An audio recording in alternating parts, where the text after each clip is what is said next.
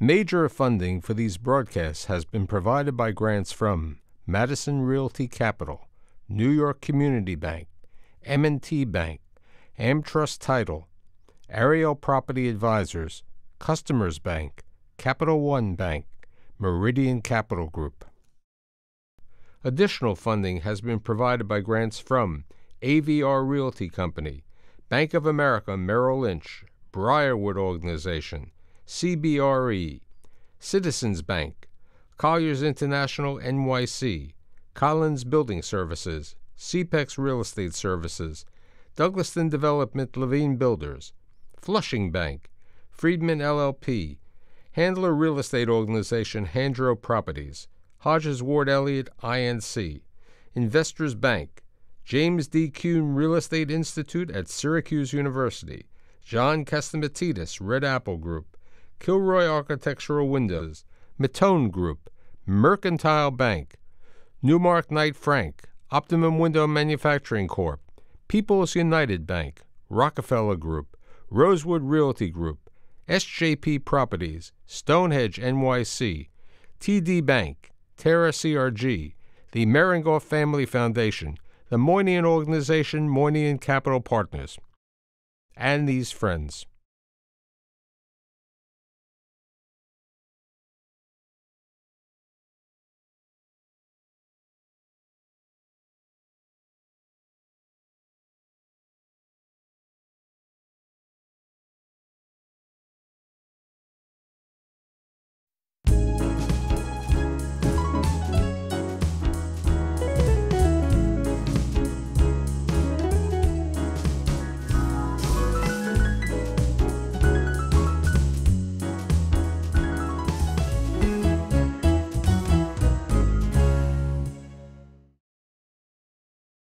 Washington, D.C., Detroit, Michigan. Look, I want to be a page. I want to play basketball. I want to be pre-med. No, I want to get into the real estate business. I'm not going to get into the real estate business. I'm going to be a major player in the real estate business. I'm going to get involved with the community. I'm going to give back to the people. I have Don Peebles, Chairman and CEO of the People's Corporation. Thanks for being here. Thanks for having me. Let's go back to the family. Start on your mother's side. So my mother's maternal grandmother and grandfather came from a town in North Carolina called Ahoskie, North Carolina, and Gatesville. And they moved to Washington, D.C. in the 1920s because my grandfather became a pastor of a church in Georgetown called First Baptist Church. He was a minister his entire life, and my grandmother was a homemaker and a music teacher. But we also have pictures of your great-grandmother. So you have pictures of my great-grandparents on both of my mother's side. Okay, so where were they originally from? North Carolina? North Carolina. Both sides of my mother's parents were from North Carolina. So her maternal and paternal grandparents were both from North Carolina. And we have that large picture with one of the relatives in the military? Yes, my great-uncle, my grandfather's brother. Was that World War II or World War I? I think it was World War I. Okay, so that's on your mother's side. Let's talk a little bit about your father's side. My grandfather was born in a rural town in Virginia, in central Virginia, called Emporia, and my grandmother was also born there as well, and they had 3 daughters and 1 son, and the son was the youngest, and actually second youngest, and my father was named after his father, except my grandfather was Roy Peebles, and then my father was Roy Donahue Peebles, and then I became Roy Donahue Peebles. And then Jr. there's the 4th. And then my son is the 3rd. Right. Yes. Let's trace your mother and your father. You said to me your mother got married at a young age of 16. Your Yes. father had just come back from the Korean War, correct? Exactly. So tell the cute story about that, about your grandfather saying... Well, my grandfather, and my grandparents had 5 daughters, my mother being the middle daughter, and And so my grandparents had their hands full, 5 girls, all kind of back to back. And they were hard driving parents, especially my grandfather had high expectations for all of his daughters.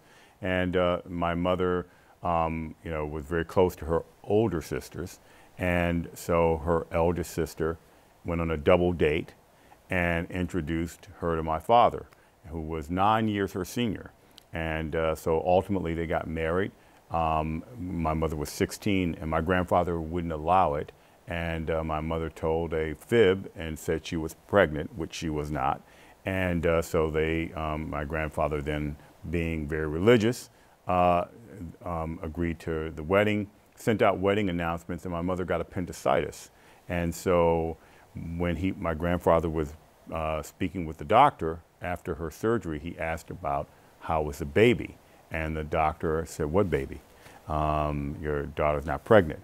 And but it was that point, it was too late. She was recovering from appendicitis, and so he went along with it. And so the two of them got married. My mother went to high school as a married woman last year and a half, I think, of high school. And then she had me at night when she was 19, almost 20. Let's talk a little bit about your grandfather. Worked at the Marriott for 40 years. Yeah, he was a doorman at what was called the Wardman Park Hotel, which is now owned and run by Marriott, and so in Washington, D.C. And he came from North Carolina first to New York, and then he was one of his brothers, and then they went to Washington, D.C. He got a job as a doorman, and then, of course, met my grandmother through a religious activity. And they ended up getting married. So everything sounds like it was close to the church. Yes, on my mother's side, my family was religious, very religious. My grandfather Thomas Willoughby was a very moral person. He felt that we all had an obligation to do the right thing, and there were certain values that he instilled in his children. They instilled in their children, and so on. But so everyone on both sides were around the church. And now you said to me that your father initially was working as a mechanic. Yes, so he left. He was injured in the Korean War, recovered, and then his mother, my grandmother, my grandparents had divorced when he was a teenager, and she had relocated to Washington, D.C. She ultimately got remarried, had another daughter. So after the war, my father came to stay with his mother and come to a different place. Now we have another relative who had important in your life, your uncle, the physician. Tell me where he's in the picture. Well, it's interesting. As I said, my mother had 4 sisters. She's one of 5. And they were all very close, so it was a very close-knit group of sisters. And so they were like surrogate mothers to me. I'm very close to all 4 of my aunts to this day. My mother passed away a few years back, but I've always been close and we have a picture of the 2 of them. One of them... Yes, both the 2 eldest at my junior high school graduation. But so they all got married. 3 of their husbands were very close to me, and my parents got divorced when I was 5, so the uncles and the aunts had a big influence in my childhood and my development. One was a school teacher and was a very jovial person, very fun and easygoing, and another was a lawyer, kind of hard driving, and then the most serious was the physician, and Carl McIntosh. And so he was Jamaican by descent and came to the U.S. So he was very disciplined, hardworking. And so... And he was the one who lived in New Jersey? Yes. Originally Detroit and then New Jersey? Exactly. What about the lawyer? And the lawyer, Washington, D.C. Okay, and then the third uncle? And he was Baltimore, Maryland. So I would spend my summers with my aunts. And after my parents got divorced, which they got divorced when I was 5, I would travel. And my mother and I moved to Detroit when I was 8 in 1968. Okay, so you're born in 1960 in Washington, D.C. Yes. Mom at that time wasn't involved with the real estate business. No. Later on, okay. When do you move to Detroit? At the age of 3? No, I moved to Detroit when I was 8, so the end of 2nd grade. And my mother, moved to Detroit. She had gotten remarried about less than 2 years before that. So my parents got divorced when I was 5. By the time I was 6, almost 7, she had gotten remarried to a career government worker, and they bought a home in a subdivision in suburban Maryland. And my mother was struck by how much money with the commission showed on the closing statement because of the limited interaction. Now, you said to me before, when you were in Detroit, you lived in a community that you met many of the people from Motown, So where was that? So we lived, so my mother and I lived in an apartment building. When we went to Detroit, we first lived in an apartment building, then she bought a house, and then we moved back downtown to another more luxurious apartment building closer to the school I went to.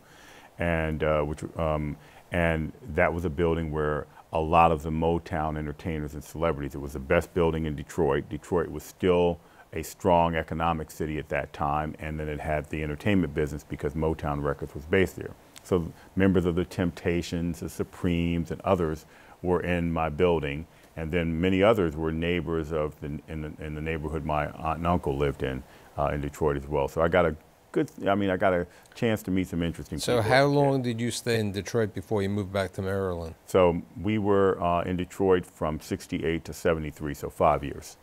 Okay, so it's very formative 5 years from right. So it's 1973, and you come back, and something that when people read about your life story, they don't know that you were a tall kid and you played basketball, right? Yeah, but I was a tall kid, and I didn't even like basketball. I liked baseball, and so when I moved, my mother and I moved to Maryland, back to the Washington D.C. area.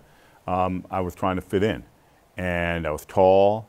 I could, I was reasonably coordinated. So I decided I would try out for the middle school or junior high school basketball team.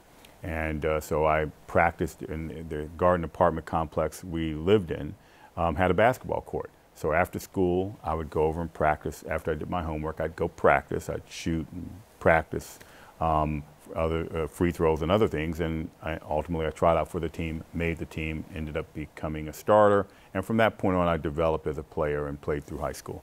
Also at this time, you helped out your dad in the mechanic business. Yes, so my father, after my mother and he got married, he ultimately, and they had me, he wanted a more stable job. So my grandfather, while working at the Wardman Park, he met a lot of members of Congress and so forth, and he befriended many of them. So he helped arrange for my father to get a job in the federal government.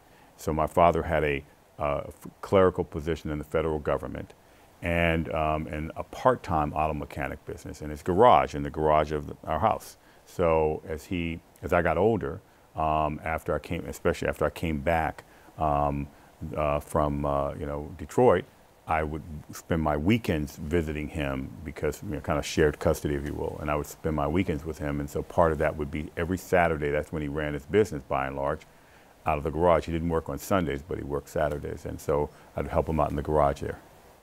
And then another job that you had was the orthodontist's office. Yes, I had a few different jobs. I pumped gas back in the days when there was no self-service, and you did windows, check the oil, and so forth. And then my father, I wanted to make money so I could buy some of the things I wanted. And there's a story about the bicycle, I remember. Yes, that's where I pumped gas. And so other things, I wanted to have money to buy clothes at school and things like that. So my father got me a job working on a janitorial crew in a medical office building. And I was a low person on the totem pole, so I got the orthodontist's office. And they had industrial type carpeting on. And so they were, the wires from the braces, when they would take them off and put new ones on, they were scattered all over the floor. So every night I'd have to get on my hands and knees basically and pick up these wires because they would be stuck in the yarn of the carpet. So I realized that, hard work is, can be very hard. Now, you were saying before, which is your introduction to the real estate business, your mother bought a house. Tell the story about that. So my mother, when she and her husband decided to buy a home in suburban Maryland when I was 7 years old, 6 or 7 years old, they went into a new subdivision. So she went to a on-site trailer, looked at a model home, and the broker or the salesperson showed her around what was available. She picked a house. She and her husband signed a contract and bought it. And at closing, she saw how much money the agent made, and she was surprised because she said the broker didn't spend much time with me. I came in and saw that, so she figured she could do that as well. So she went to night school and got her real estate license, and then went to and when we moved to Detroit in 1968, when I was 8, she went there, to kind of have a new life, a better life for herself. And because she was one of, most of her sisters had all gone to college and had advanced degrees, so she was at a deficit because she had gotten married and did not go to, and then had a child, so she did not go to college. And so she thought real estate was a good pathway for her, and it ultimately proved to be a good one for her. So here's the question. Basketball, pumping gas, mechanical work. How do you get involved becoming a page? Well, living in a government page. So I know Grandpa knew people from the hotel, and the community, but becoming a page with Tip O'Neill and others. Tell me about that. Well, after we were in Maryland for a year, my mother moved us to the city of Washington, D.C., and they were going through a process to get home rule. Up until 1974, the city couldn't elect its own government. So Congress allowed it to elect its own government, so there was a big campaign going on. She got involved by supporting a couple of the council members, and she worked for a person who was then vice chairman of the city council who ran for chairman. And so she got involved, and so she and I were very close. We lived alone together, and there was not as much of an age gap between us. And so I helped out, and so I began to get exposed to politics. And so by the time I was 16, I was I hadn't figured out what I wanted to do. So she thought it would be a good experience for me to go on Capitol Hill and become a page. And she had known some members of Congress, and one of them who she had worked for many years ago, he got me an appointment as a page. So I did that for 6 months, and by that time, and a page is basically a messenger carrying documents from the floor of the House to other offices. But what's really nice is they have a separate school. At that time, they had a separate school. It's on the top floor of the Library of Congress, and your school library was a congressional reading room in the Library of Congress. So now you're in a private school. Yes, so basically a public school, but private, because it's paid for by the public, but it was technically, it was not open admission. You had to be a page to go there. So I was there for 6 months. I met some other Congress people, and so my term was up as a page, but I became an intern for Ron Dellums, who was a congressman of Oakland and Berkeley, California, and worked for him for a part of the summer, and then Charlie Rangel, who I had met there, for the latter part of the summer. And then my last year, I was an intern and a staff aide for Congressman John Conyers of Michigan. And so I graduated, high school from the page school. So my ceremony, first part of the day was in the morning was a certificate of appreciation from the President of the United States in the Rose Garden, which was in Jimmy Carter, and then that afternoon at the Cannon Caucus Room, where the election for the Speaker is held. So that was a unique experience. I graduated, and all through my high school year, I had money. I was earning a decent salary as a government employee, and so when I went off to college, it was kind of a letdown a little bit. So now, following the trace, how did you decide that you wanted to go to Rutgers in not New Brunswick, in Newark, to become a physician? So my uncle and aunt and their 3 children, who I was very close to, the McIntosh family, who was in Detroit, they had relocated to Jamaica for, I guess, 5 or 6 years, maybe longer, and then they ultimately moved to New Jersey. And so I would visit them. One of the people who worked in Conyers' office happened to be from the same area in New Jersey, so she would go home. She was relatively young. She would go home on the weekend, so I would share the driving. So we would drive from D.C. on a Friday, and so I would spend the weekend with my aunt and uncle. And so ultimately, he was a role model. He lived well. was able to take care of his family, and so I wanted to be able to do that myself. And so what I saw was that that was available to do, and that I could do that, and so that was where my interest was. So people don't realize that you were pre-med originally. Yes. And part of the program that you were doing was what we'd call the 6-year program. Yes. That they had at Rutgers, where you'd have 2 years undergraduate and 4 years of medicine. Yes. So what happens next? So I was at Rutgers, Newark. You were living in Newark? And I was living actually in East Orange, which I had to commute. So Rutgers, Newark was much more of a commuter school, and so it didn't have the real campus life. So Manhattan really became my campus life, and so I began to come to the city, go to nightclubs and so forth. And so, I kind of got a sense in Manhattan of a bigger and broader world, and as a result, I became interested in other things. And so at the end of my first year, and really kind of midway through, I realized that this wasn't what I wanted to do. And while it was a route that would be safe, I also saw, and my uncle was also telling me to look at alternatives, because he felt medicine was on its way to being socialized and certainly much more regulated, and he was actually right. And part of my job, I worked in his office part-time while I was in college, and part of it was filling out his paperwork to get paid, and how much he got paid for the services, and how much paperwork he had to fill out to get it. And it became, a big burden, and so I decided I'd look and do something else. What I didn't know, but I didn't want to do that. So you go back to Maryland now. To D.C., right. D.C., but you go to University of Maryland Exactly. for a semester. Yep. And then what happens? I mean, and then I got a real estate license, and as a sales agent. Now was Mom working as a real estate? She was working at Fannie Mae and had become an appraiser. And started an so appraisal. she left the regular real estate business to go to work for Fannie Mae, the government agency. Yep. Okay. And then after that, as I was rounding out high school, she then decided that she wanted to go and be more of an entrepreneur and go back to having her own business like she did in Detroit. So she became an appraiser. And so she ultimately went through the process and got certified. And so her early clients were HUD and the Veterans Administration, who both agencies insure mortgages for residential, mortgages for veterans and, low, moderate income buyers.